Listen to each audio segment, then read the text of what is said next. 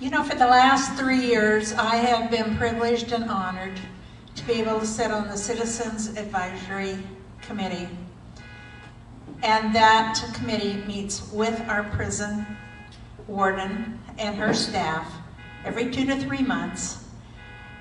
And while I sit on that committee and I enjoy all the information that's forthcoming, I thought because of some of the comments that I've heard over the years where our residents just wonder, you know we have a correctional facility here in town, but they just kind of wonder, you know, what goes on and what kind of facility and this sort of thing. So I do believe that this, and all the town hall meetings that I've gone to over the years, I do believe that this is the very first time that we have Warden Cynthia Tampkins in attendance, and she has agreed to give a presentation on behalf of the prison. Warden Tampkins.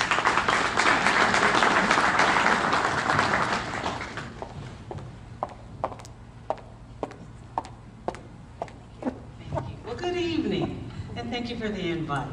As she said, I am Cynthia Tampkins, Warden of the California Rehabilitation Center, the prison that's right down the street. I think sometimes a lot of people don't realize that once you pass that 15 freeway, you are passing a prison.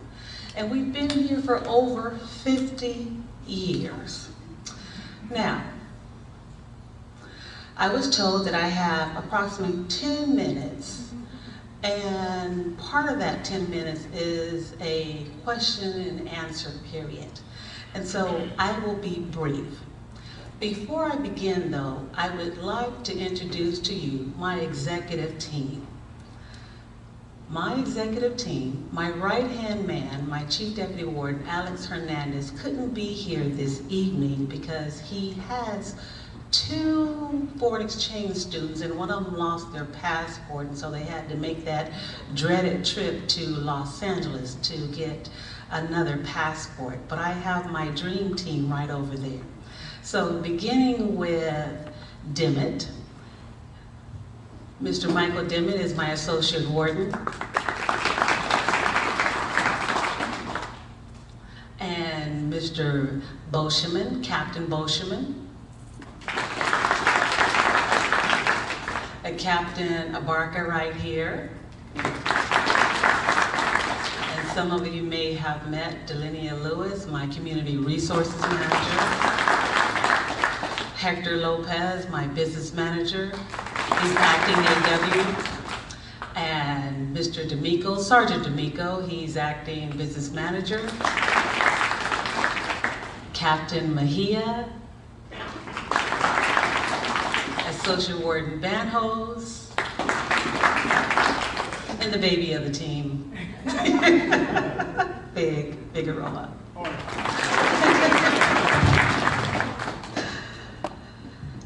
I couldn't run this institution without my dream team. No one can. We sit on approximately 100 acres of land. CRC is a medium level 2 institution, all open dorm setting. We house level 1, 2, and about 89 today level 3 inmates. We're like a small city. We provide care, treatment, educational services, vocational services, religious services to approximately 2,642 inmates, which is an increase in the prison population at CRC this same time last year. We have over 1,200 staff members, making us the 2nd largest employer in the city of Norco. We provide correctional staff to the male community program in Los Angeles. We also provide security perimeter coverage to Patton State Hospital in San Bernardino. We also provide their medical guarding and transportation of their patients. Patton State Hospital's patients and our inmates utilizes 13 of the hospitals in this area in Riverside and San Bernardino County. During my tenure as warden, we have graduated over 1,200 inmates from our substance abuse treatment program. 400 inmates have earned their GEDs. 300 inmates have garnered vocational certificates in vocational air conditioning and heating, vocational automotive, business services related technologies, carpentering, plumbing, electronics, and electrical works.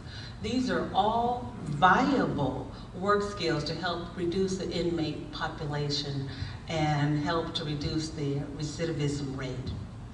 In addition, we have had 64 inmates receive their AA degrees through distance learning courses at Palos Verdes and Coastline colleges.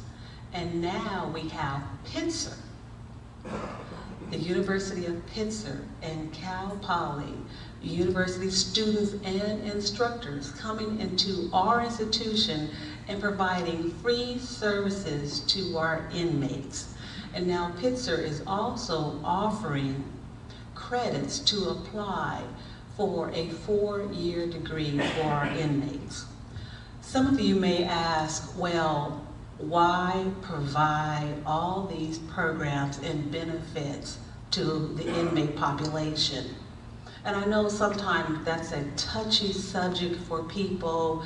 Why not give money to the universities, to the local colleges, and why provide funding for inmates?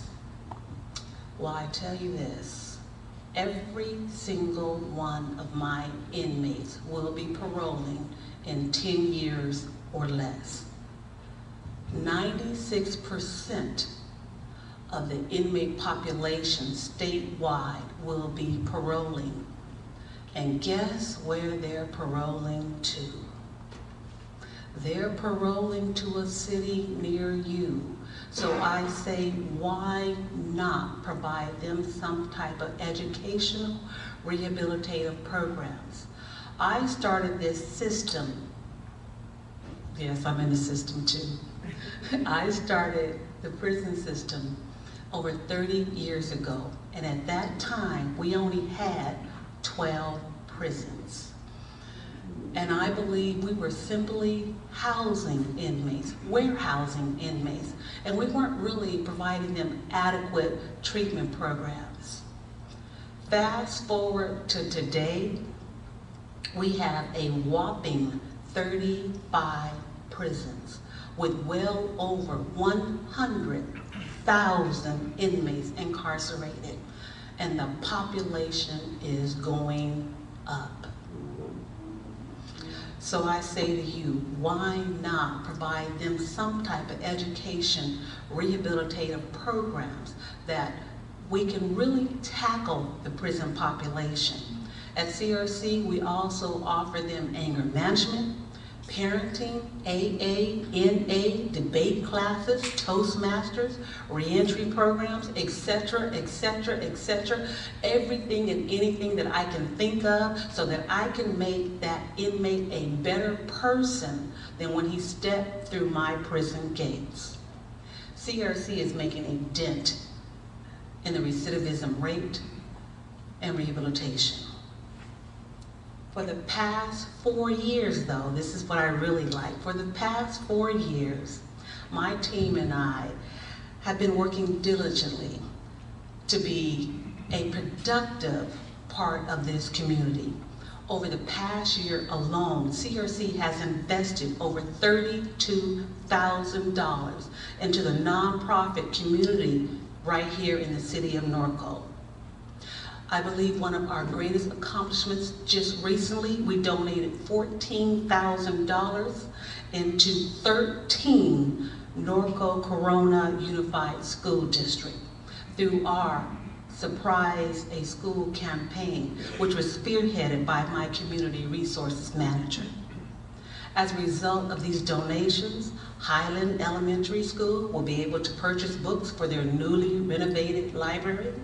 Riverview Elementary will be able to utilize the funds to begin their Smart Art project, which teaches kids the importance of art through creativity and artistry.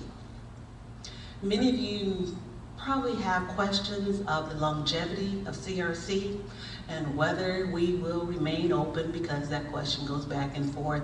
We've been closing that prison, I say, since the late 90s, and we're not closed yet. We are a viable part of this community. And my hope is that we will have a long-standing future in this community. Do you have any questions for me?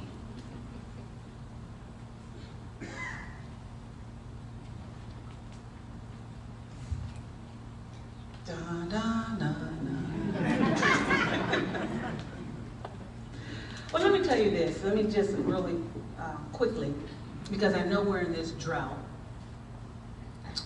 And the governor put out the edict that we had to save 25% in our water restriction. And then I know that the city of Norco has a 30% water restriction. Well, CRC, we are always one of the first to accomplish things in our 35 institutions. We maintain a drought restriction above 35 to 40%. And in fact, we got a certificate for it. So we do really, really well at CRC. When the governor puts out an edict or when the city of Norco asks us to do things, we make sure that we are out there on the forefront doing what we can. And so I know we meet with our Citizens Advisory Committee, and I would wish more people would come out to hear what we do and the type of services that we provide, and if there's any other viable nonprofit organization that you believe that CRC should be donating to, well, definitely let Ms. Linda know, or our mayor, what we can be doing to provide for services to the city of Norco, because I'm telling you, we are here to stay. Yes, ma'am.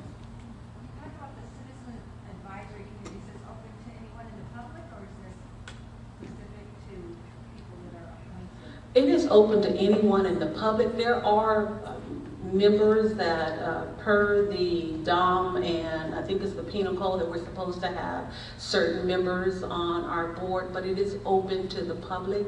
I would love for some of our citizens from Norco to attend our Citizens Advisory Committee. Are they meetings at specific times? Yes, ma'am. Delinia, what times do we meet, ma'am? We meet every other Tuesday, and it is the third Tuesday of the month. I will give her a card, and we can get her the information. Okay. Any other questions? Did you have questions? We can also find out that date from, excuse me, from our minutes, and we can give that to Cheryl, and she can put that in the city bulletin she sends out every Thursday. Okay. Warden, I have a question. Yes, sir. I don't know, what is the difference between level 1, 2, and 3 inmates? Oh, their classification score. Now, inmates, they might start at a higher level depending on their crime they commit, but basically, level 1 is the classification score. They don't have, they have less than 19 points, and then you go from 19 to 35 is level 2, 35 to, is it 56, I believe, is a level 3, and 56 and above is a level 4 inmate. Now, a level 4 inmate, we never ever want to have at CRC. If an inmate, for whatever reason, is transferred to our facility in error, he's a level 4 inmate, or because of his disciplinary documentation, his behavior, we will transport him immediately to the California Institution for Men, which is a more restrictive prison.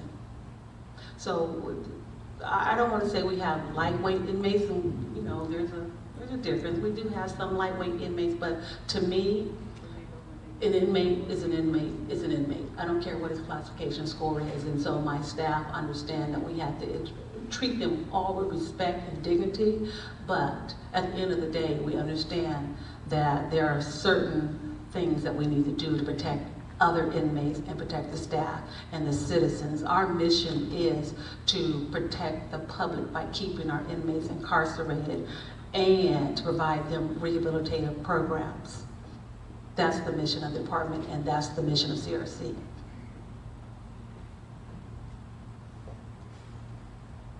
Okay. Let me just say this last thing. Please, we have been at work since 7 o'clock, so we're going on 14 hours, so please excuse us if we do not stay the whole meeting. Okay, so thank you very much.